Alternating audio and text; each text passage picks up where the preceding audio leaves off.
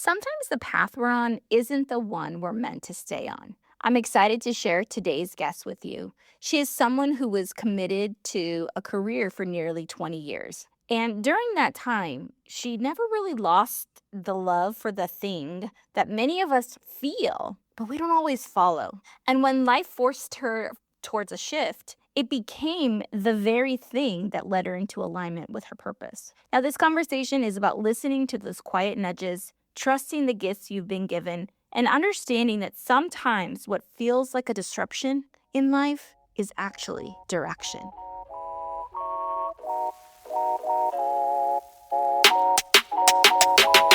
Hey there, I'm Jenny Perez. I'm a wife, mom, and small business owner. And although I love being all of those things, I'm at the point where I feel like there's something more to life outside of those roles. Does that sound like you? If you're in search of that extra magic, craving a dose of positivity, purpose, and real talk on being worthy, capable, and able, you're in the right place. Let's kick off this journey together, ignite that spark, radiate some positivity, and discover what makes your life and business truly shine. Ready to jump in? Let's spark some radiance together. Mrs. Chandrika Mackall, welcome to Sparking Radiance. How are you? I am wonderful. Hi, Jenny. How are you? I am great. And I appreciate you jumping on with us. When I originally first heard your story, I was like, she has to share that because I think there's so many people out there that get so focused on their careers, the direction, and maybe what their path should be or is, but they have a little bit of whisper. So share a little bit to the audience of Sparking Radiance, a little bit of your story. My name is Chandrika, as you said, and I am a full-time beauty expert. My specialty is makeup artistry as well as PMU, which is permanent makeup artistry, where I do tattoo brows, or another name for them can be ombre brows or micro shading. But that was not my initial career path. So I studied cosmetology in high school, and when I graduated, I did hair at my aunt's hair salon while I attended college because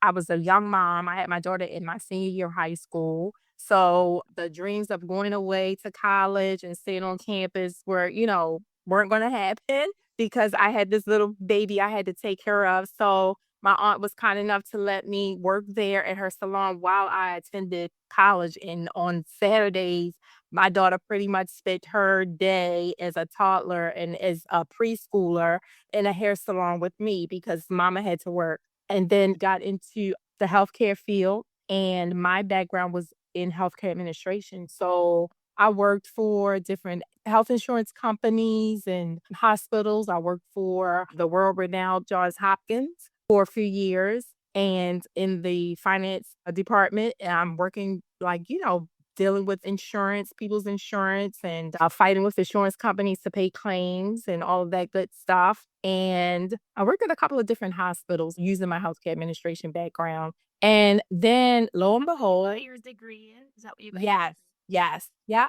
So lo and behold, I wind getting a job offer with the federal government. So where I come from is like, if you land a government job, that is what you do. You take that job, you are secure, you'll have great benefits, you'll have a pension when you retire, all of the bells and whistles with having a government job. So that's what I did. I left my healthcare field, took a pay cut, but hey, take the pay cut because eventually you're going to work your way up and you're going to make good money and all that good stuff. So that's what I did. And I spent 20 years in the federal government, but I've never completely walked away from beauty.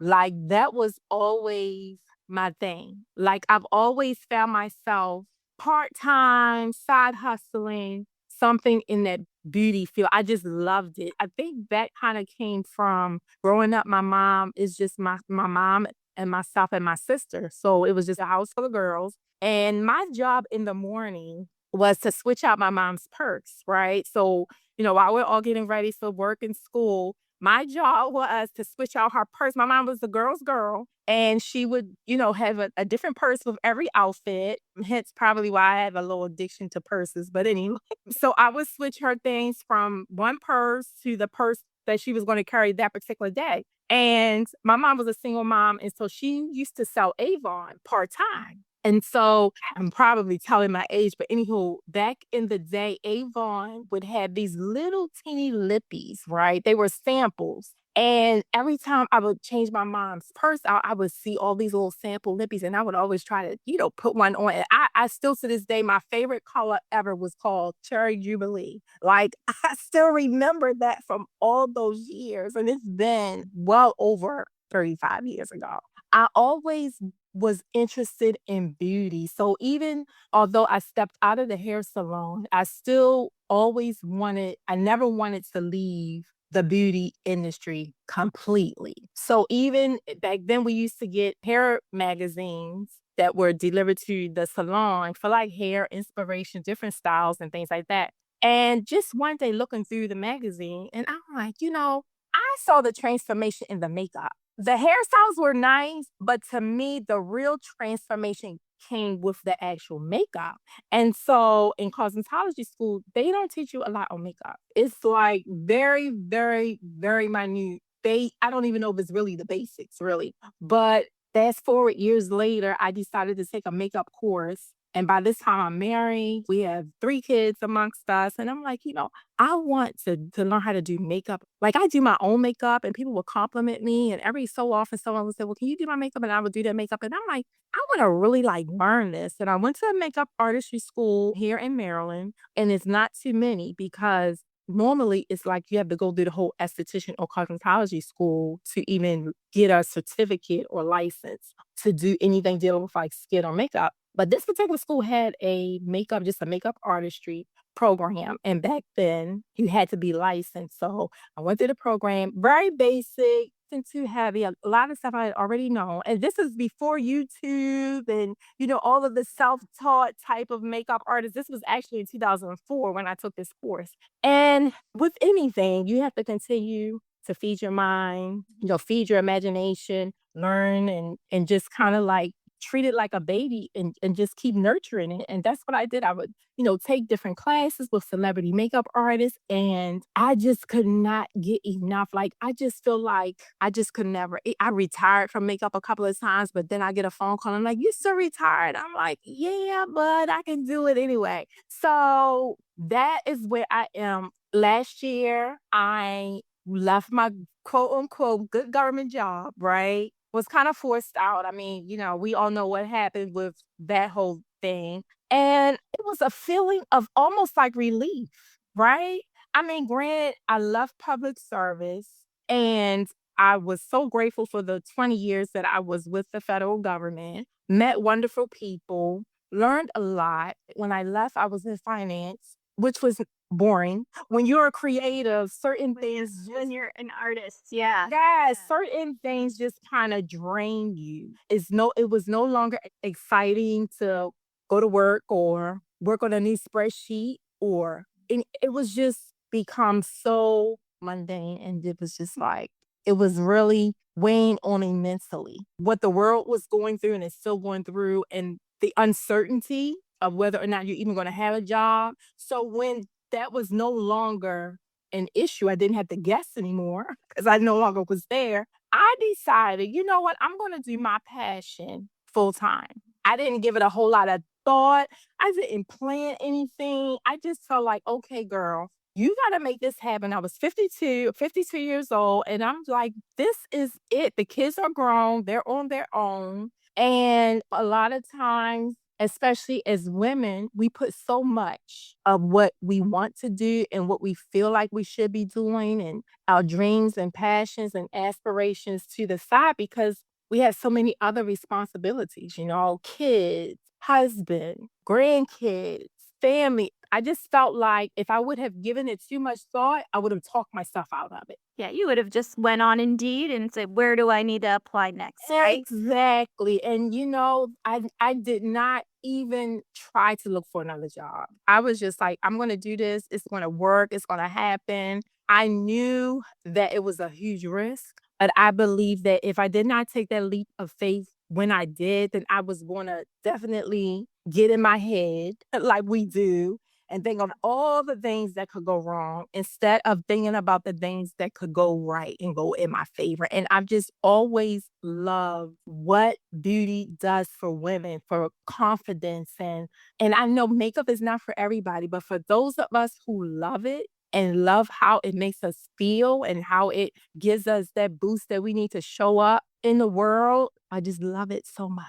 I can definitely attest to the fact that you light up when you talk about it. The audience can't see, but I definitely see you light up. And one of the things that when you lost your job, like that is in essence for 20 years, it's like a divorce, right? Like it's something that you only knew. And what I've heard you say is like this was supposed to be your security. This you were supposed to retire there. Yes. Yes. But when That's what I but when it happened, you felt a sense of relief. I did. I felt Why a do sense of relief. why do you think you felt that? I think for a few different things. Number one, again, the question of will I have a job tomorrow? I did not have to worry about that, right? I did not have to worry about the uncertainty of knowing whether or not I was even going to have a job in the morning. Okay. That relieves some stress.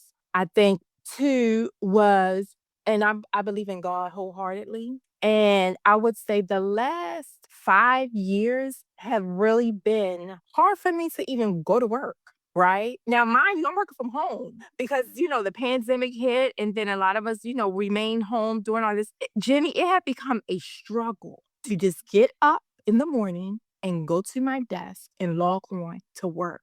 And I believe that when your purpose is not being fulfilled and when God gives you gifts and you don't use them, He will make you so uncomfortable to the point that if you don't move when He tells you to, He will move you. And I believe that He was saying, okay, girl, I gave you a couple of years. I was trying to tell you that this season of your life is over. Like, I've been trying to tell you this, but since you're so hard headed, I'm going to have to do something drastic to get you to where I need you to be. And I don't want to get emotional. I don't want to get emotional, but I just felt like, okay, I can do this. And don't get me wrong, some days I'm like, it's funny because I still have like some stuff on bill pay. So they will hit my account on what would have been my pay week.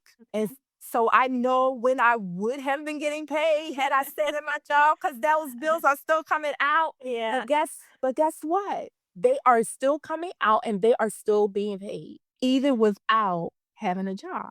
Right. So it was like a divorce, but I got over it quickly. Put it like, like Jenny, I was seeing 3 therapists last year. I was seeing 3. I was seeing the therapist that they provided with at the job, EAP. I was seeing my own outside therapist. And then I was seeing a therapist because I'm going through the change. So, that was a whole nother thing. But I'm like, this is not how it's supposed to be. Exactly. Yeah. This is not how it's supposed to be. And I remember reading something and it was like, whatever it is that you can do and talk about that brings you joy, that's what you need to pursue. And that's what I am pursuing. And I'm here and I've even started a makeup artistry training program for other women that I come across who have always maybe been interested in beauty, in the makeup artistry side of it, but just never knew how, or they don't want to go through cosmetology school, which can take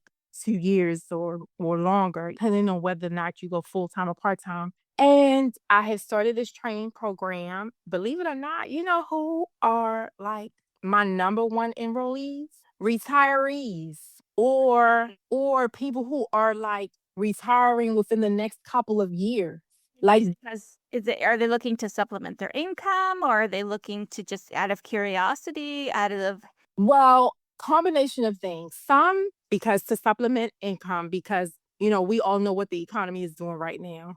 And two, because you have people who started their working lives started early on. So, like, they are eligible to retire, but they're still young, right? They're still young and still have working years, still healthy, still traveling and living life. And I think when I share my story of how I even got started in this, it's kind of like encouraging and motivating to like, hey, if she could do this at her age and just step out and do, something like this, then why can't I? And that's kind of like what I've been doing and sharing when I talk about the training program is that it's more than just applying eyeshadow and lipstick and all that. So, like, I meet people who literally are in tears when they look in the mirror. I mean, just about 2 weeks ago, I had a lady who came to get her, she wanted to get a foundation match. And I do freelance from time to time for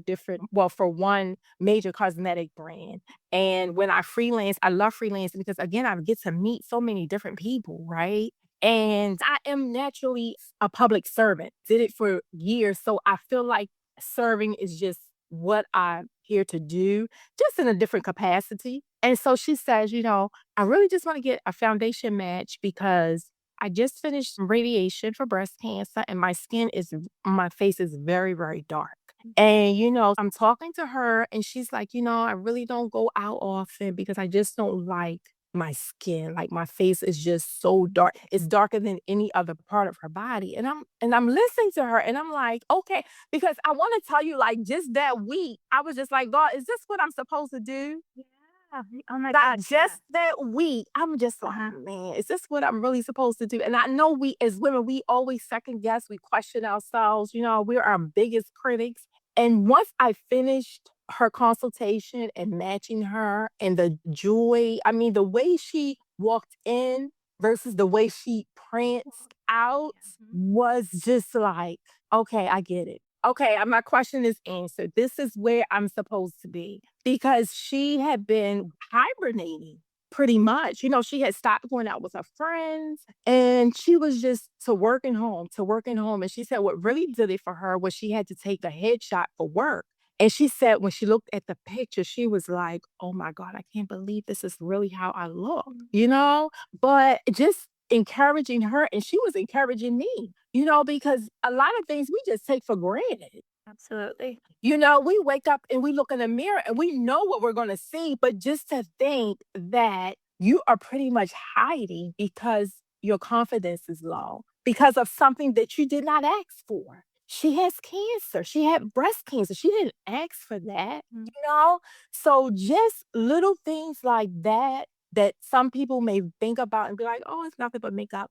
You would be surprised. You would be so surprised at how many of us are walking around hiding, not, unhappy, or self-esteem is low, or, confidence level is low because of something that they didn't ask for. I used to volunteer for a program for the American Cancer Society called Look Good, Feel Better. And as a volunteer, I would go in and help the ladies who were either in cancer treatment or was in recovery from cancer treatment. I would help them style their wigs. So we could get a bunch of donations of wigs and makeup. So I would help them style their wigs and I would help them to do their foundation match and help them apply makeup because some of them had discoloration because of treatment and things like that. And I remember one session I go in and I have all of these wigs that people have donated. And the ladies were like, hey, we really appreciate you doing this and getting us wigs because the wigs that were donated were not diverse, right?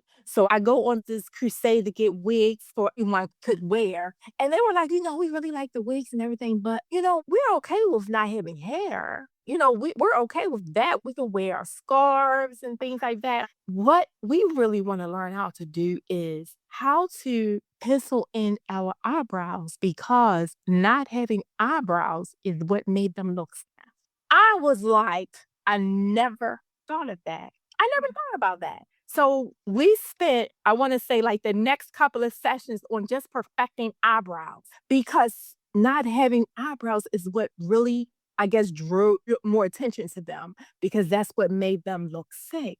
And just things like that just is a constant reminder that we take so much for granted. Again, they did not ask for this disease, but they have it, and to continue to survive, they had to go through treatment that stripped them of their hair. So, I cannot get enough of beauty. I think it is one of those things where it's more than just the appearance that it provides, right? It's more than the superficial. Yeah. It's so much more than the superficial. Yes, so much more than superficial. So, Tell me, when did you the American Cancer Society, what year did that come about? I want to say probably around 2010, Okay. between 2010, 2015. And unfortunately, they no longer have the program, but it's on my vision board for 2026 to start my own nonprofit, right? My training program is called More Than Makeup. I would like to start Even with that title, I love it. Say it again. More Than Makeup. Yeah. So it's a More Than Makeup artistry and beauty business training program. Yes. Okay. So I want to start my own nonprofit for women and men because I have male clients who have lost eyebrows and they have come to me to get their brows tattooed. But I would like to be able to offer that service, that program to individuals who are living with cancer and just need a pick me up, you know? And seeing everything, honestly, like everything come full circle for you, right? Seeing you light up when you talk about, makeup and helping others and serving others, especially in their time of need. A question that I have for you is if someone who's listening that maybe is in a position where they're maybe in a path that they don't feel aligned with, or maybe they've taken the safe route, right? Taking the government job, but it just doesn't feel right. With you having the 20 years that you spent, what advice would you give them? First and foremost, don't stop dreaming. Like,